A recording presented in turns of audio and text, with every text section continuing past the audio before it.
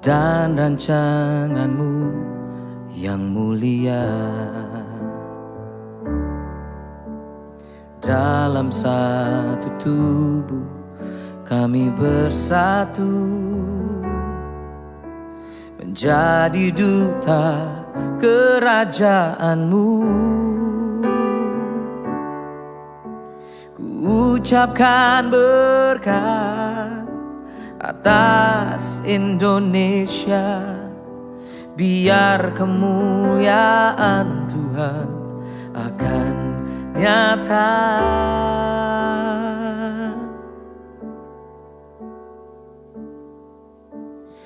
Bagi bangsa ini kami berdiri dan membawa doa kami kepadamu. Sesuatu yang besar pasti terjadi dan mengubahkan negeri kami. Hanya nama-Mu Tuhan ditinggikan atas seluruh bumi.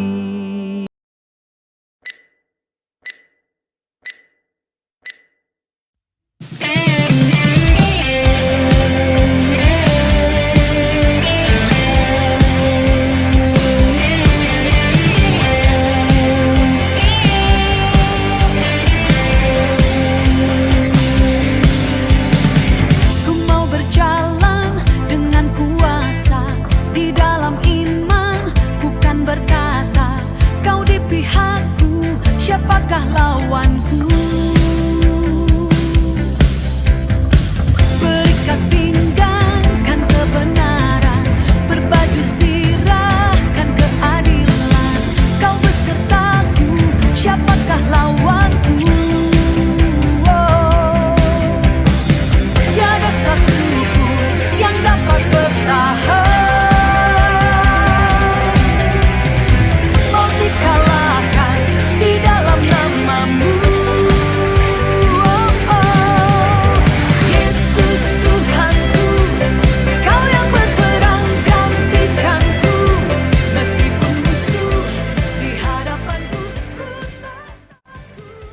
Shalom, puji nama Tuhan. Kita kembali lagi dalam ibadah online. Puji nama Tuhan, saudara sehat semua. Dan kita bersyukur Tuhan yang sudah menang untuk kita. Hari ini kita akan merayakannya untuk kemuliaan bagi nama Tuhan. Amin. Saudara siap-siap semua di rumah saudara masing-masing, mempersiapkan Alkitab dan catatan dan lain sebagainya. Ketika firman Tuhan disampaikan, saudara bisa mencatatnya. Nanti bisa diulangi lagi di hari-hari berikutnya. Puji nama Tuhan. Sebelum kita akan memulai, kita akan berdoa bersama-sama kepada Tuhan supaya ibadah ini diberkati oleh Tuhan. Amin. Bapa kami yang ada di dalam kerajaan surga, kami bersyukur Tuhan kepadamu. Kalau pada hari ini Tuhan Engkau berkenan memberikan kami kemenangan, memberikan kami kekuatan Tuhan. Terlebih Engkau yang menang Tuhan atas maut. Demikian juga pada saat ini Tuhan, kami rindu Tuhan kemenangan yang dari Engkau Tuhan. Boleh kami raih juga bersama-sama dengan Engkau Yesus. Dan pada saat ini kami akan memuji mempermuliakan nama Engkau. Dan kami menyerahkan ibadah ini Tuhan dari awal sampai pada akhirnya.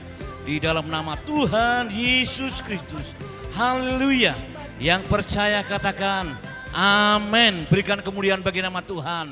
Haleluya. Haleluya. Mari kita bangkit berdiri. Kita akan memuji nama Tuhan. Haleluya. Seindah pelangi. Amin. Amin. Haleluya.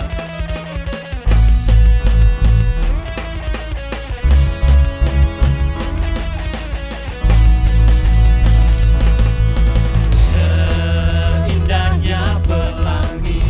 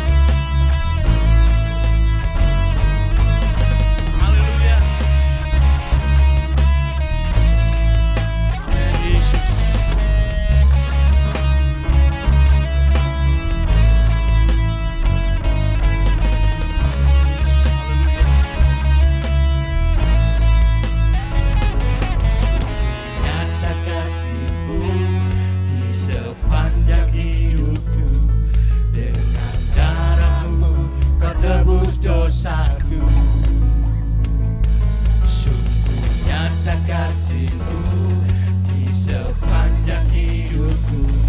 Segenap hatiku hanyalah untuk-Mu.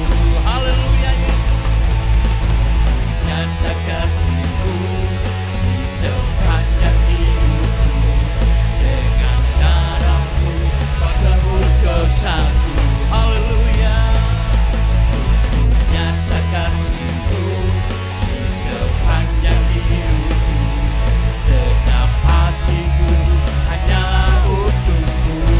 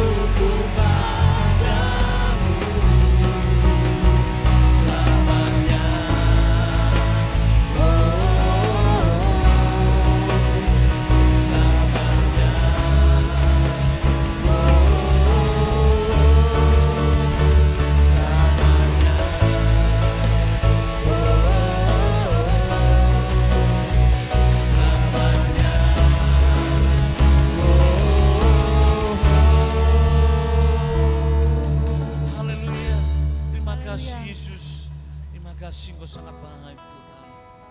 Haleluya, haleluya, puji Tuhan. Selamat sore Bapak Ibu Saudara terkasih. Sebelum mengawali kebenaran firman Tuhan yang akan kita bahas, kita pelajari pada sore hari ini, tentunya saya akan mengajak seluruh jemaat GBDI secara khusus untuk berdoa. Mari kita satukan hati kita. Bapa Surgawi yang kami sebut di dalam nama Tuhan Yesus, kami mengucap syukur kepadamu kalau sore hari ini kami ada sebagaimana kita ada, itu semua semata-mata karena kasih karuniamu. Bapa, sebentar lagi kami akan belajar firman-Mu lewat ibadah online bersama jemaat-Mu GBDI Salum. Penuhi kami dengan kuasa Roh Kudus-Mu supaya kami dapat merasakannya di dalam setiap hati kita. Dan kami ingin firman-Mu hidup dalam kehidupan kami. Jangan biarkan firman-Mu berlalu begitu saja. Mampukan kami untuk merentungkan dan melakukannya. Terima kasih Bapa, dan kami sambut firman-Mu hanya di dalam nama Tuhan Yesus Kristus. Haleluya, amin.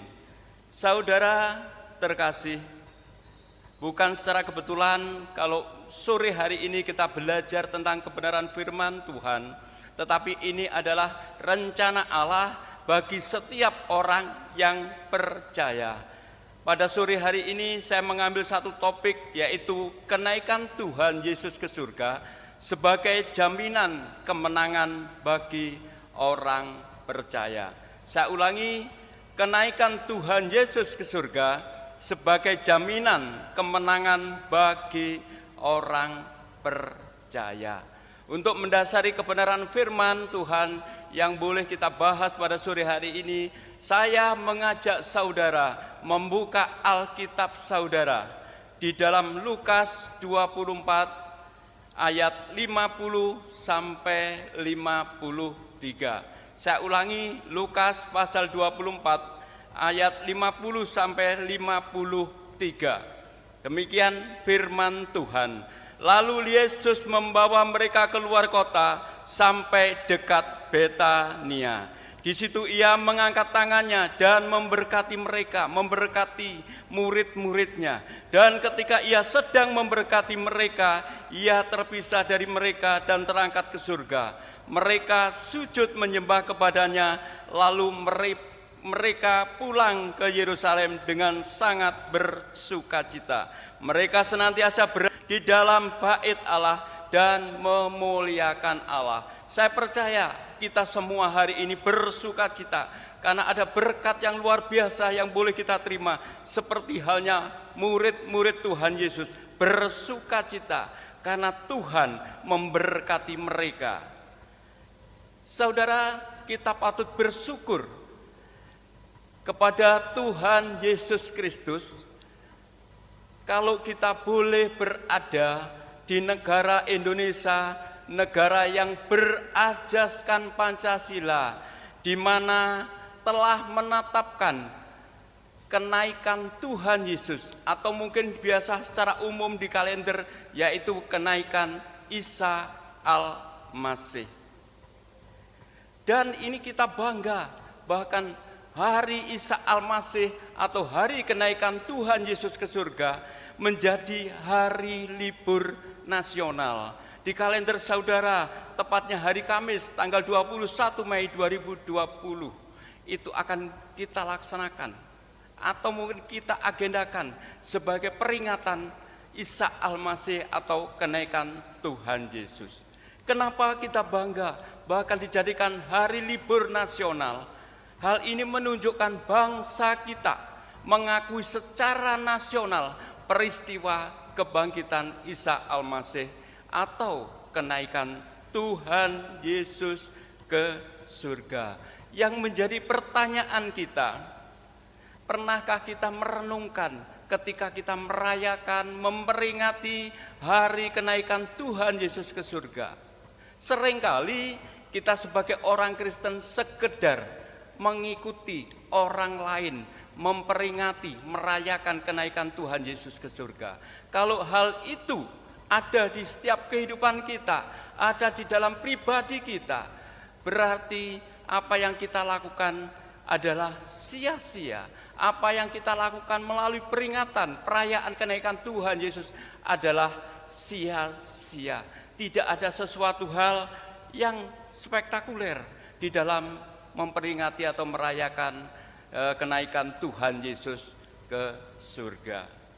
Kenaikan Tuhan Yesus ke surga adalah merayakan berkat yang dicurahkan kepada setiap orang percaya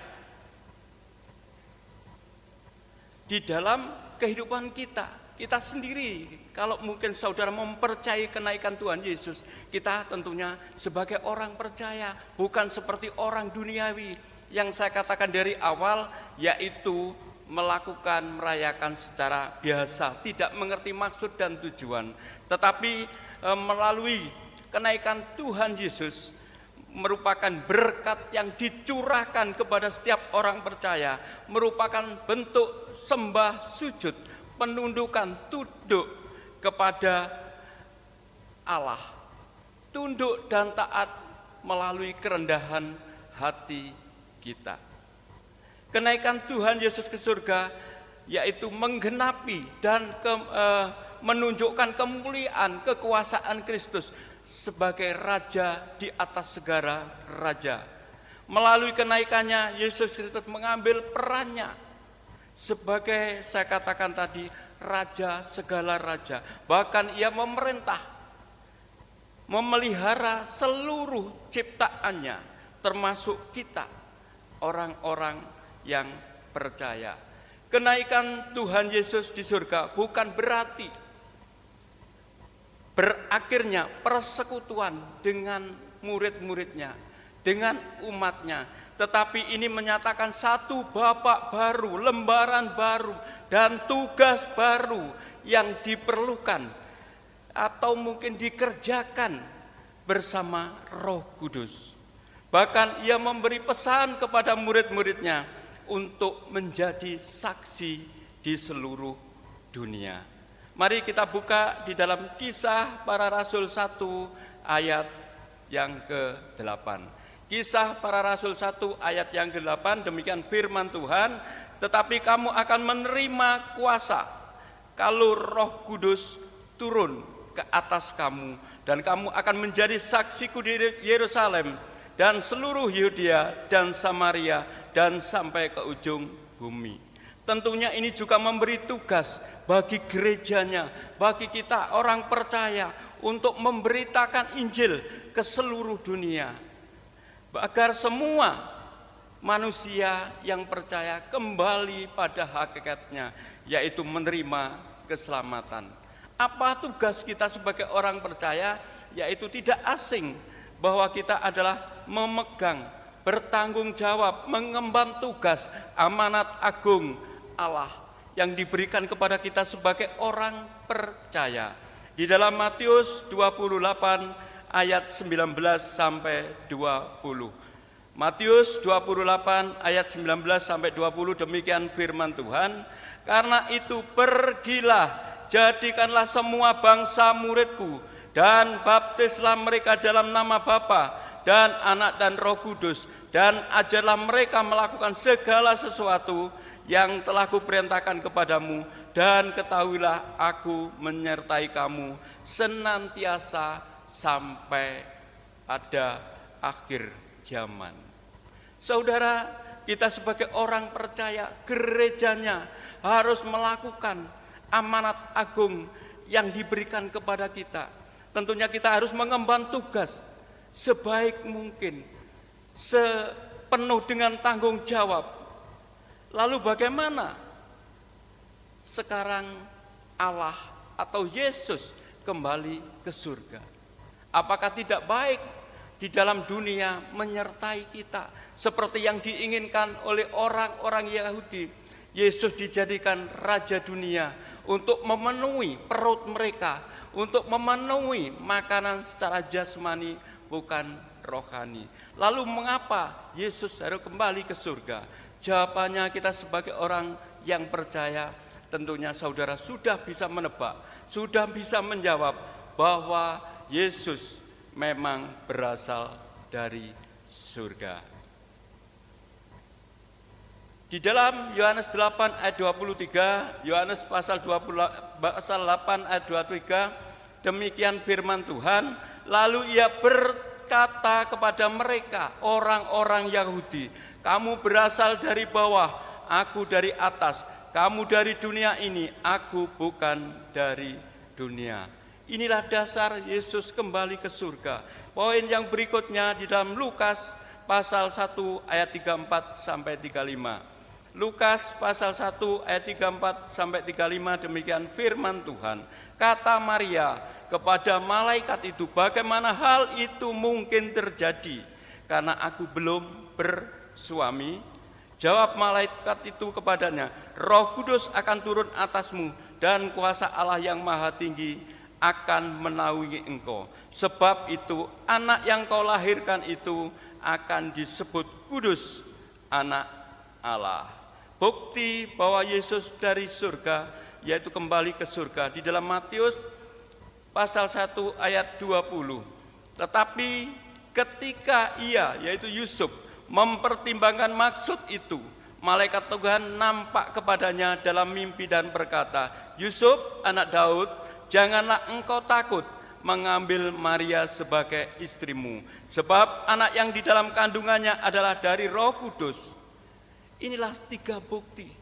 Masih banyak sebelumnya bukti-bukti yang lain, tetapi 3 bukti inilah yang mendasari Yesus berasal dari surga. Lalu poin yang berikutnya, bahwa Yesus kembali ke surga karena tugasnya Tuhan Yesus di bumi sudah selesai. Di dalam Yohanes 19 ayat 30, Yohanes 19 ayat 30, demikian firman Tuhan, sesudah Yesus meminum anggur asam itu, berkatalah ia, sudah selesai. Lalu ia menundukkan kepadanya dan menyerahkan nyawanya. Ini adalah perkataan Yesus sebelum ia menyerahkan nyawanya. Perkataan yang terakhir sebelum ia menyerahkannya kepada Allah, yaitu menyerahkan nyawanya. Banyak orang menganggap bahwa di kayu salib itu sebuah kekalahan. Bahkan banyak orang-orang Kristen berpikir demikian, termasuk murid-murid daripada Tuhan Yesus, bahwa kematian di kayu salib adalah sebagai kekalahan. Justru ini merupakan awal kemenangannya. Kemenangan Tuhan Yesus bukan diawali dari kebangkitan dan kematian, tetapi kemenangan Tuhan Yesus dimulai dari ia mengucapkan sudah selesai. Sudah selesai artinya ia telah menyelesaikan pekerjaan Allah dengan sempurna. Di dalam Yohanes 4 ayat 34, Yohanes 4 ayat 34, demikian firman Tuhan, kata Yesus kepada mereka, makananku ialah melakukan kehendak Dia yang mengutus aku untuk menyelesaikan pekerjaannya. Ia telah melakukan pekerjaan dengan sempurna. Ia telah melakukan misi Allah, yaitu misi keselamatan bagi orang-orang berdosa. Ia datang ke dunia untuk membayar harga bagi orang-orang yang melanggar, melakukan dosa, bahkan tidak melakukan hukum-hukum Allah. Di dalam 1 Korintus 6 ayat 20a, demikian firman Tuhan, sebab kamu telah dibeli dan harganya telah lunas dibayar.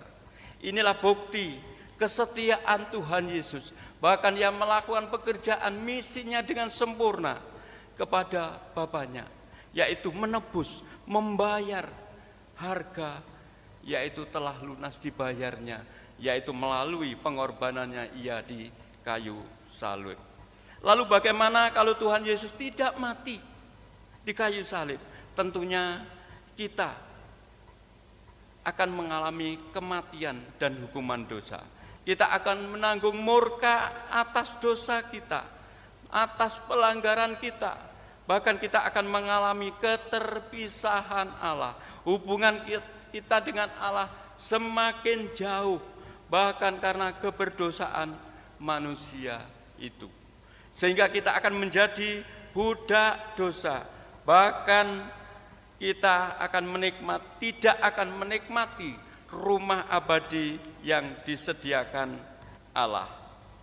Saudara, lalu yang berikutnya, kenapa Tuhan Yesus kembali ke surga? Yaitu menyediakan tempat bagi kita orang percaya. Di dalam Yohanes pasal 14 ayat 2, Yohanes 14 ayat 2 demikian firman Tuhan, di rumah Bapakku banyak tempat tinggal. Jika tidak demikian, tentu aku akan mengatakan kepadamu, sebab aku pergi ke situ untuk menyediakan tempat bagimu. Rumah tempat tinggal adalah kebutuhan primer bagi orang-orang di dunia.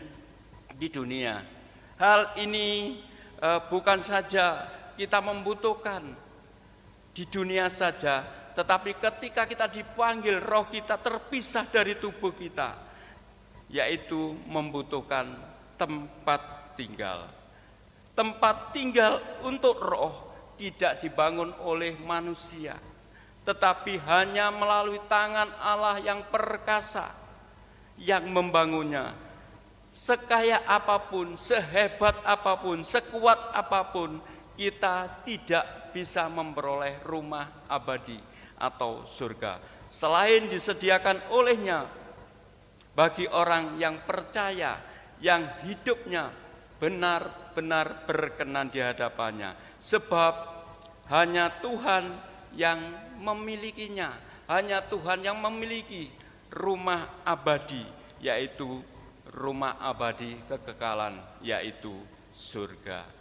Kenaikan Tuhan Yesus ke surga adalah jaminan bagi orang percaya, yaitu keselamatan dan hidup kekal. Artinya surga bukan impian, surga bukan angan-angan, surga bukan pengharapan kosong, melainkan sesuatu yang pasti. Dunia ini adalah tempat persinggahan sementara, bukan tempat tinggal secara permanen. Tetapi tempat tinggal kita sesungguhnya adalah surga, seperti yang dikatakan Filipi, karena kewargaan kita di dalam surga. Keselamatan yang hidup kekal menjadi sebuah jaminan kemenangan, jaminan yang pasti bagi orang percaya, sebab Tuhan Yesus telah membuka jalan tersebut melalui pengorbanannya lewat kematian, kebangkitan, dan kenaikan ke surga sebagai kemenangannya, sebagai bukti kemenangannya. Lalu yang berikutnya, kenapa Tuhan Yesus harus naik ke surga? Ia memberikan Roh Kudus. Ia memberikan Roh Kudus. Ini adalah Allah kita, Allah yang peduli. Ia adalah Allah yang mengerti, memperhatikan murid-muridnya, termasuk kita gerejanya, umat yang percaya. Tuhan Yesus tidak meninggalkan begitu saja. Ketika Tuhan Yesus itu naik ke surga, Dia masih peduli, masih memperhatikan murid-muridnya, yaitu di dalam Yohanes 14 ayat 18. Yohanes pasal 14 ayat 18 demikian firman Tuhan, aku tidak akan meninggalkan kamu sebagai yatim piatu, aku datang kembali kepadamu. Dan juga dalam Yohanes 16 ayat 7, Yohanes pasal 16 ayat 7 demikian firman Tuhan, namun benar yang kukatakan ini kepadamu adalah lebih berguna bagi kamu jika aku pergi. Sebab jikalau aku tidak pergi, penghibur itu yaitu Roh Kudus tidak akan datang kepadamu. Tetapi jikalau aku pergi, aku akan mengutus Dia kepadamu. Inilah bukti kesungguhan Allah terhadap umatnya yang percaya, yang bersandar kepadanya. Ia memberikan Roh Kudus sebagai penolong Ia memberikan Roh Kudus untuk menyertai, mendampingi, dan tinggal di dalam setiap orang percaya. Roh Kudus adalah Parakletos. Parakletos berperan sebagai pembela, penasehat, pendamping, penghibur. Dengan pertolongan Roh Kudus ini, umat Allah benar-benar disiapkan untuk menjadi mempelai-mempelai yang tidak bercacat celah atau sempurna saat Tuhan Yesus datang kembali kedua kali kelak. Lalu apa jaminan kemenangan bagi orang percaya lewat kenaikan Tuhan Yesus ke surga? Di dalam Yohanes 14 ayat 3, Yohanes 14 ayat 3 demikian firman Tuhan.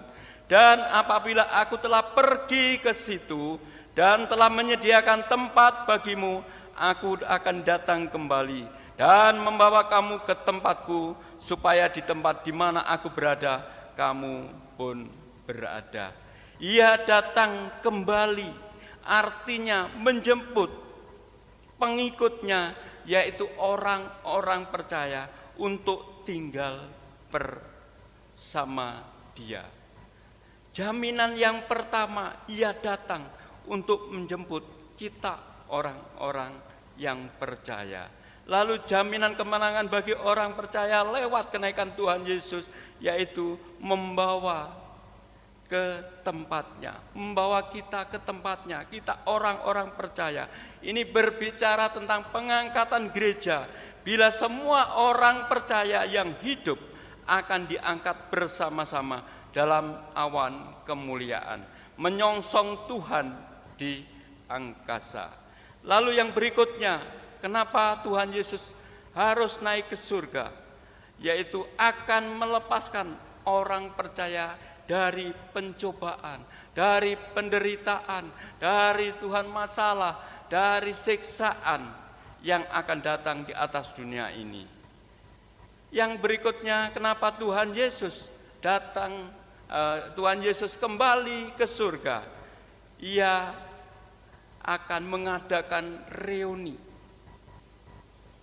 kepada orang-orang percaya, yaitu penuh kemuliaan dan abadi. Ini merupakan doktrin yang menghibur bagi semua pengikut Yesus yang rindu bersamanya. Lalu apa tugas Yesus ke surga? Di dalam Ibrani pasal 8 ayat 1 sampai 2. Ibrani pasal 8 ayat 1 sampai 2, demikian firman Tuhan. Inti dari segala yang kita bicarakan itu ialah kita mempunyai imam besar yang demikian, yang duduk di sebelah kanan tahta yang maha besar di surga, dan yang melayani ibadah di tempat kudus, yaitu di dalam kemah yang sejati, yang didirikan oleh Tuhan dan bukan manusia. Tugas Yesus di surga, Ia sebagai imam besar sekaligus kurban yang dipersembahkan bagi semua orang-orang berdosa. Kita harus menyadari, kita harus bersyukur bahwa kita punya imam besar yang rela berkorban untuk menebus dosa kita atas pelanggaran-pelanggaran yang kita buat. Lalu apa tugas Yesus ke surga berikutnya? Ia menjadi perantara. Ia menjadi perantara di dalam perjanjian baru. Dalam perjanjian baru, bagi semua yang terpanggil untuk menerima bagian atau warisan kekal yang dijanjikan, yaitu masuk di dalam surga, di dalam kerajaan kekal. Lalu yang berikutnya, kenapa Tuhan Yesus harus di surga? Ia memberikan kasih karunia. Ia berada di surga untuk memberikan kasih karunia Allah kepada orang percaya. Inilah bukti janji Tuhan ketika Yesus naik ke surga. Lalu yang berikutnya adalah pemulihan hubungan. Kenapa mempunyai tugas di surga? Yaitu mempunyai atau memberikan pemulihan hubungan antara Allah dengan manusia. antara orang-orang yang melanggar hukum Allah dengan Allah itu sendiri. Dia sebagai perantara, penjembatan hubungan Allah dengan manusia. Lalu yang berikutnya yaitu kenapa Yesus harus ke surga, bahkan tugas apa yang diberikan Allah kepada Yesus itu, yaitu turut merasakan pencobaan. Ia adalah seorang imam yang besar yang sudah nyata memelihara ciptaannya termasuk kita. Ia turut merasakan pencobaan penderitaan umatnya yang percaya kepadanya. Ia bahkan sanggup menolongnya. Lalu pekerjaan Yesus di surga berikutnya, Yesus hidup untuk kita selama-lamanya, untuk senantiasa menjadi perantara bagi mereka yang dengan iman datang kepada Allah, dengan iman percaya kepada Allah sebagai perantara. Saudara terkasih, sebelum menerima itu semua, alangkah kita berpikir sejenak, merenungkan sejenak, layakkah kita menerima itu semua? Dan bahkan harus kita mengingat ada 3 hal dalam hidup kita yang tidak boleh dilupakan. Yang pertama, suatu kelak manusia akan mati.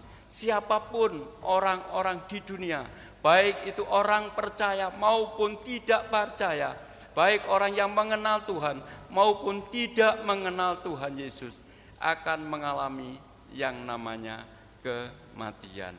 Di dalam Ibrani 9 ayat 27, Ibrani pasal 9 ayat 27 demikian firman Tuhan, dan sama seperti manusia ditetapkan untuk mati hanya 1 kali saja, dan sesudah itu ia dihakimi. Kematian adalah sesuatu yang pasti, yang tidak bisa kita tolak, atau mungkin kita melarikan diri atau kita wakilkan kepada orang lain. Bahkan ketika ajal menjemput kita, kematian menjemput kita, kita pun tidak bisa tunggu dulu Tuhan, nanti dulu Tuhan, saya masih begini, masih begini. Tidak demikian. Tetapi pada saat Tuhan memanggil, saat itu kita harus berhadapan dengan Allah. Tetapi kita patut bersyukur bahwa kematian bagi orang percaya bukan akhir dari hidup kita, tetapi kematian adalah cara Allah untuk membawa kita orang percaya dari dunia yang fana ke surga yang bakal, surga yang kekal atau kerajaan kekal. Kalau hari ini kita berada dalam pengharapan akan kedatangan Tuhan Yesus kali kedua, mari kita persiapkan kehidupan kita, hidup yang berkenan di hadapannya. Hal yang berikutnya, apa pekerjaan atau mungkin saya katakan di sini hal yang harus diingat, pekerjaan orang percaya yang harus diingat, yaitu menyangkal diri. Kita tahu manusia memiliki kecenderungan berdosa, berbuat dosa, sehingga kerap kali melanggar perintah-perintah Allah, melanggar hukum-hukum Allah yang sudah dibuat di dalam firman Tuhan atau yang sudah ditulis di dalam firman Tuhan. Banyak orang percaya, bahkan orang Kristen dengan sengaja mengabaikan perintah Tuhan. Namun saat ini kita memutuskan mengikut Kristus. Kalau hari ini saudara mengambil satu keputusan mengikut Kristus, maka mulailah kita berubah dari kehidupan yang lama menuju kehidupan yang baru. Meninggalkan cara kedagingan, cara keduniawian, supaya hidup kita diproses oleh Tuhan. Bahkan Roh Kudus, biarlah kita menyerahkan kepada Roh Kudus yang berkehendak, sehingga berperilaku dengan dorongan Roh Kudus dan menghasilkan pemikiran hati yang benar di hadapan Allah. Lalu di Galatia 2 ayat 20, Galatia pasal 2 ayat 20, demikian firman Tuhan, namun aku hidup, tetapi bukan lagi aku sendiri yang hidup, melainkan Kristus yang hidup di dalam aku. Dan hidupku yang kuhidupi sekarang di dalam daging adalah hidup oleh iman dalam Anak Allah, yang telah mengasihi aku dan menyerahkan dirinya untuk aku. Tidak hanya itu saja yang dikehendaki Allah, tetapi kita harus bersungguh-sungguh ketika kita mengikut Yesus. Harus selalu menempatkan perintah-perintah Allah di atas kepentingan pribadi kita. Lalu yang berikutnya, supaya kita mengingat bahwa Allah adalah Allah yang luar biasa. Hidup kita siapkan untuk menjemput, untuk menyongsong, yaitu kedatangan kali kedua, supaya hidup tergantung pada Roh Kudus. Hidup orang percaya seharusnya tergantung pada Roh Kudus, bukan tergantung hikmat pribadi, bukan tergantung pada pikiran pribadi, atau mungkin tergantung kepada orang lain, kekuatan pribadi, tetapi semuanya itu tergantung pada Roh Kudus atau Roh Kudus. Jika Roh Kudus ada di dalam hati, di dalam orang percaya, ia akan menginsapkan dosa, kebenaran dan penghakiman yang akan datang. Di dalam Yohanes 16 ayat 8, demikian firman Tuhan, dan kalau ia datang, ia akan menginsapkan dunia akan dosa, kebenaran dan penghakiman. Kesimpulan apa yang kami sampaikan di dalam pembahasan yaitu firman Tuhan, melalui kenaikan Tuhan Yesus, kita sudah dijamin, diberi kemenangan, yaitu melalui kenaikan Tuhan Yesus ke surga. Kita sudah menerima apa yang sudah kita terima, tentunya kita harus merespon untuk melakukan kebenaran, untuk mempersiapkan hidup kita, hidup berkenan, hidup kudus, bahkan hidup yang tidak cacat celah atau tanpa celah, artinya yaitu hidup yang sempurna. Mari sebelum Tuhan datang kali kedua, kita harus mempersiapkan hidup kita dengan sungguh-sungguh. Kalau selama ini hidup kita sebagai sambil lalu, kita menjalani hidup kita sekedar menikmati berkat secara jasmani, tetapi melalui kebenaran firman ini kita digugah, kita diingatkan, kita diperintahkan oleh Tuhan untuk melakukan kebenaran sesuai dengan kebenaran firman. Biarlah firman yang saya sampaikan ini untuk mendasari, membangun hubungan dengan Tuhan secara pribadi yang lebih baik, dan kita bisa menyongsong Allah itu sendiri, Kristus itu sendiri di awan-awan dengan kehidupan yang berkenan di hadapannya. Terima kasih, biarlah berkat ini menjadikan kekuatan, menjadikan rema di dalam pembentukan rohani kita, pembentukan kedewasaan rohani kita menuju kesempurnaan. Kiranya Tuhan Yesus memberkati. Haleluya. Sebelum mengakhiri ibadah tempat ini atau ibadah sore hari ini, saya mengajak saudara untuk bangkit berdiri. Kita angkat satu pujian, sebab Dia hidup, ada hari esok. Hidup jadi berarti sebab Dia hidup. Anak Allah,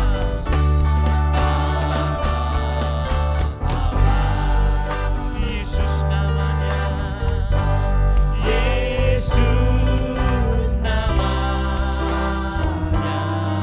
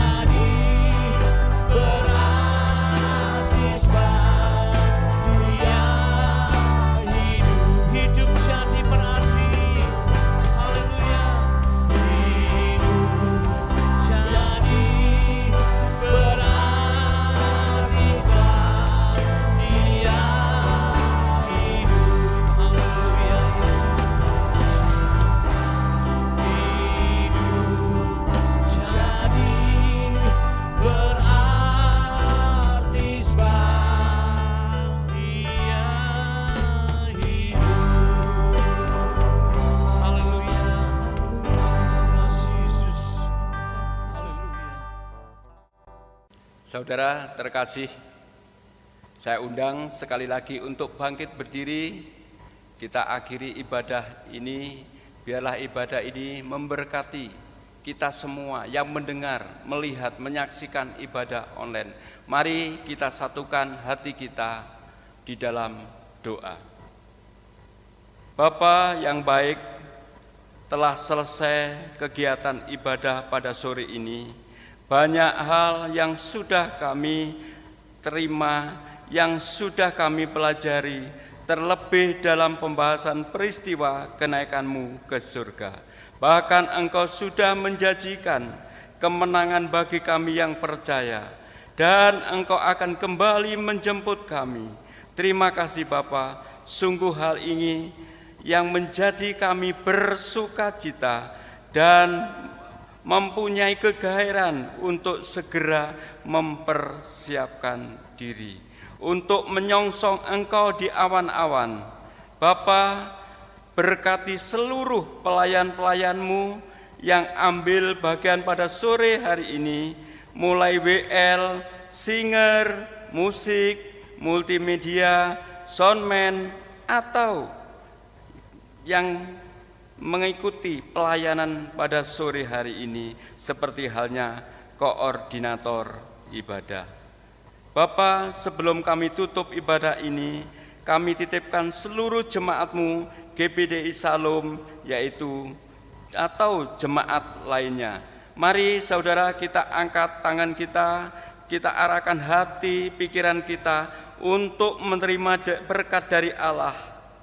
Diberkatilah rumah tangga saudara, diberkatilah pekerjaan usaha saudara dibuat berhasil, diberkatilah kesehatan saudara, diberkatilah anak-anak yang dalam pergumulan mencari pekerjaan, diberkatilah anak-anak yang masih sekolah, yang masih kuliah. Bahkan Tuhan mencukupkan segala keperluan, segala kebutuhan yang dibutuhkannya. Saudara, terimalah berkat kasih karunia dari Allah, Bapa, damai sejahtera dari Tuhan Yesus, serta persekutuan daripada Roh Kudus menyertai kita semua sampai Maranatha. Kristus datang kali kedua. Terima kasih Bapa, dan kita akhiri ibadah pada sore hari ini di dalam nama Tuhan Yesus Kristus. Haleluya. Yang percaya katakan amin. Selamat sore. Dan rancangan-Mu yang mulia, dalam satu tubuh kami bersatu, menjadi duta kerajaan-Mu. Ku ucapkan berkat atas Indonesia, biar kemuliaan Tuhan akan nyata.